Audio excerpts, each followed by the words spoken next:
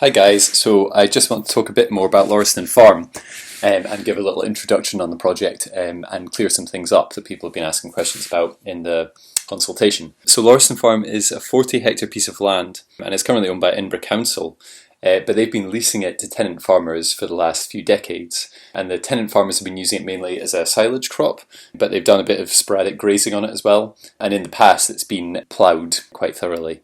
So we're looking to actually convert the land to an organic arable farm. We probably won't go for organic certification straight away from the Soil Association because it's quite expensive, and also there's a turnover time from non-organic land to organic land, so we'll have to see if that's cost effective. But we are going to meet the standards of organic criteria in terms of food growing and go past them. So as far as the enterprises go around the farm, we'll be producing all our vegetables using no-dig. I'm going to make a video explaining exactly what no-dig is and going through the methodology of it all. But basically we're using this to maximise our yields from small areas and also produce really nutrient-dense food.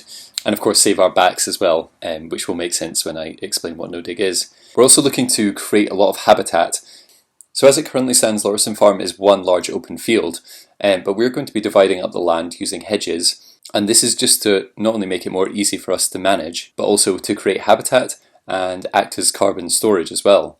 Some of it will be put into agroforestry strips, so these are alleys of trees where you can either graze down the alleyways flanked by trees on either side, and we can look at doing some grain and pulses production. We're also considering to do mob grazing on the land. Again, I'll make another video detailing mob grazing. I'll put a link into the bottom of this video of Richard Perkins talking about it, but basically it's to future-proof the soil against all the various extremes of weather that we will be expecting as a result of global warming, and it's to maintain pastoral habitat and also to build soil, which in turn will sequester carbon. In the first year we'll be setting up the structure of the farm, so this is putting up sort of soft infrastructure like polytunnels, setting up all the various no-dig beds, which will require quite a lot of wheeling of compost, and of course planting all the trees. So we're going to be looking for community help with all these various projects. And of course we'll put the shout out on Facebook and our website once those are both up and running.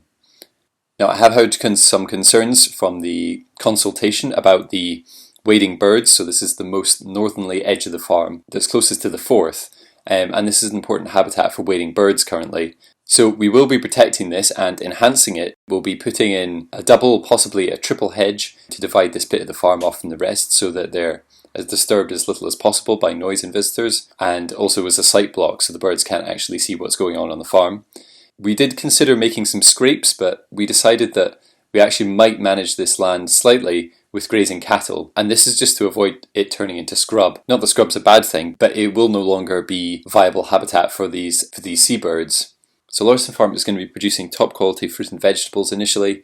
We're going to be creating a lot of habitat for wildlife, which will of course benefit the wildlife, but make it a very interesting place to walk and take your kids.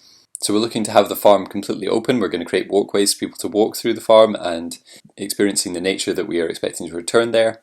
So expect some videos on mob grazing, no-dig vegetables, and detailed insight into things like composting and all the smaller enterprises that will be happening around the farm. Okay, thanks. Goodbye.